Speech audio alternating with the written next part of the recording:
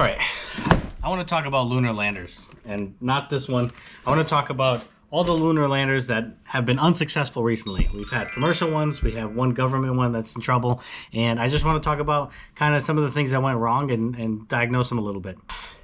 Maybe I should use the green screen for this.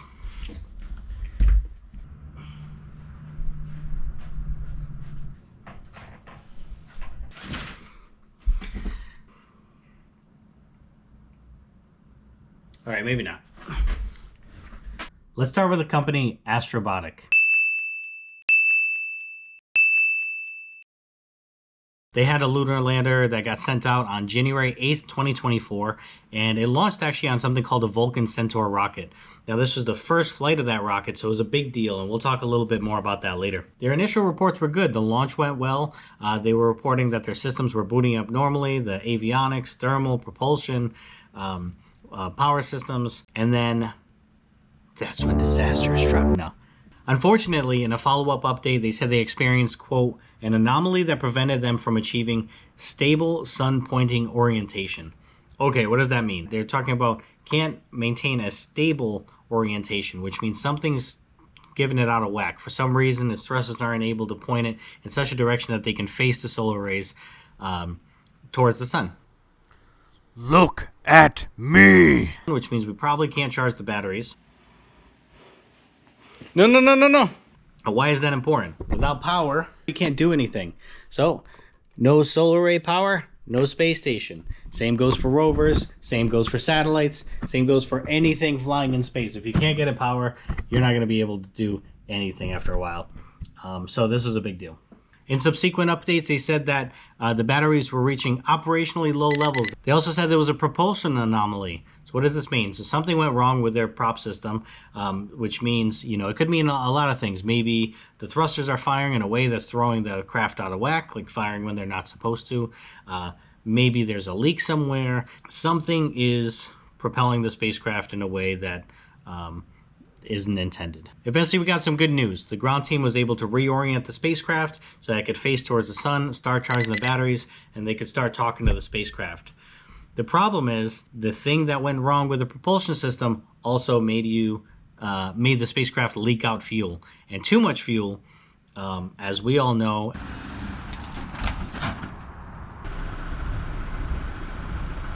no fuel, no gas, no go. And eventually they got low enough on gas where they couldn't actually land on the surface of the moon. So their theory was that there was a valve that opened up that was supposed to open up but didn't reseal properly, ended up with a tank bursting, and that was critical, caused a critical loss of the amount of fuel that they actually needed to complete their mission. All right, that's one lunar lander down. However, there were some positives to the mission. I noted earlier that this launched on the Vulcan Centaur rocket, brand new rocket from a company called ULA, and it's something that companies are relying on as an alternative to SpaceX. And as a matter of fact, one of the companies, Sierra Space, is planning to launch their Dream Chaser space plane on this very rocket, and that worked perfectly as far as I know. That worked well. So because... Who is that? Because that rocket performed well, we now have a new launch vehicle, so that was really great. As far as the Peregrine lander itself, they were able to have a lot of their other systems work before they had that anomaly, so that means they were able to test those, know that they work, know that they can get as far as they did at least. Additionally, it sounded like they were able to get a lot of the payloads on, get data from those payloads, so they know that they actually have different communication paths to those. So some positives. We got some science. Can confirm that you were able to turn payloads on, that all those worked right, that a lot of the systems worked right, but unfortunately that issue with the valve caused the end of the mission, so they'll need to go and fix that, obviously, before their next one. So what was on the lander itself? Sounded like they had a lot of different payloads, science payloads. They had a lunar rover. They also had these little robots from the Mexican Space Agency, and they had some weird stuff too.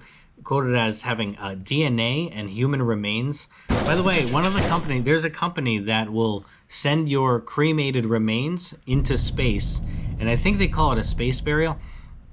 But what happens is it's going to come back and re-enter. You're just getting cremated twice. It's refried beans at that point.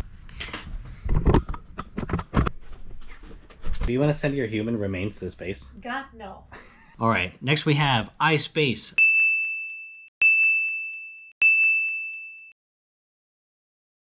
Now in this one, the lander actually made it all the way to the moon and then crashed. So what happened? As the lander approached the moon, it's got a sensor that'll actually be able to tell how high up it is. So it'll try to sense what altitude it's at. Now what the company said was that the software has a function to look at what the estimated altitude is, where it thinks it should be, and what it's measuring. And if those things get completely out of sync, it'll actually throw out that measured value because it'll think that the measurement is actually incorrect and it doesn't want to act in a strange way. The problem was they were flying over a cliff into a crater. So the sensor measured 5 kilometers up in the air when it thought it should be at around zero, at around ground level. And it took one of the values and it basically tossed it out. And that incorrectness led it to then keep descending until it finally ran out of fuel, went into a free fall, and smashed onto the surface of the moon. In their debrief, there were a few different things that they talked about. One was, obviously, fixing that software. They also mentioned a couple other problems. One of them was, quote, an insufficient inclusion of lunar surface topography along the landing approach route in simulations. So what does that mean? So they simulated this landing with people, working in their mission control, and for some reason, they were unable to fully integrate the actual surface of the moon there. So maybe they need more accurate mapping of that. Maybe they just needed to be integrated into the sim more. They also said that the change of the target landing site may have contributed. So maybe they changed it a little bit late and weren't able to do simulations, or maybe they didn't have as accurate data that area. It doesn't specify exactly how that impacted it, but they did note that as one of the issues. Okay, so as far as their improvements, they had a few. So one, they said, change the software. Makes sense. 2, improve the terrain simulation range in the test campaign. So basically have more data as far as what the landscape is like, so that they actually see that and can react to it when they're doing their simulations and see how the software and the spacecraft will react.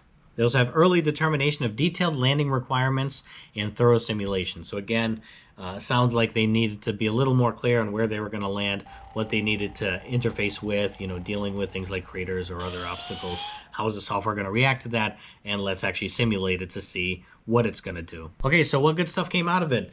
Well, they got their spacecraft all the way to the moon. It was coming in for landing. There was that hiccup at the end, which obviously was fatal to the mission. However, a lot of their systems work. They clearly have, prop systems, electrical systems, communication systems. All those things are working. So that's a big step forward, and it bodes well for a successful landing in the next one. Now, those are just 2 recent lunar landers. There was also another commercial Israeli lunar lander that failed before that. And most recently, on January 19th, the SLIM lunar lander, which is a Japanese government lunar lander, landed successfully on the moon. However, had trouble generating power. And remember, with no power, can't do anything, can't boot anything up.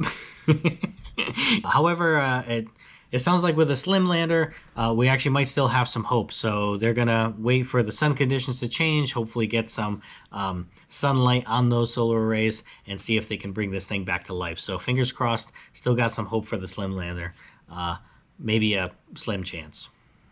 Okay, what's next? Next victim is Intuitive Machines. IM-1 lunar mission. So this other company, Intuitive Machines, is going to be launching. Looks like mid-February 2024 is what they said. We'll see how they do. Maybe I'll do an update video talking about that. Then later this year, Astrobotic is going to be sending their next lander. It's called the Griffin, and it's actually supposed to have a NASA rover on it called the Viper. There's something to me that's very calming about the idea that space is still very difficult. Because they are hard. And there's something kind of beautiful about that it's very difficult still to land something successfully on the moon. Not because I don't want it to happen, but just, these companies go out there, and I think companies and organizations, they go out and they go, we're going to be on Venus tomorrow. No, you're not.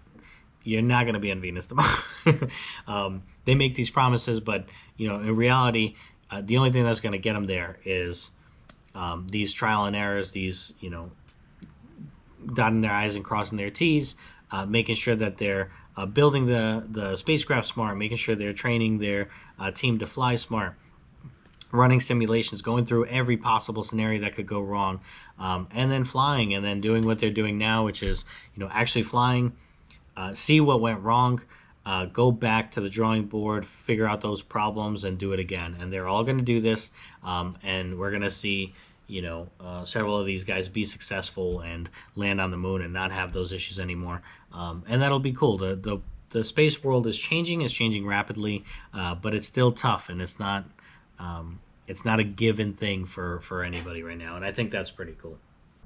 Update: the Slim Lunar Lander landed on its face. So there's that.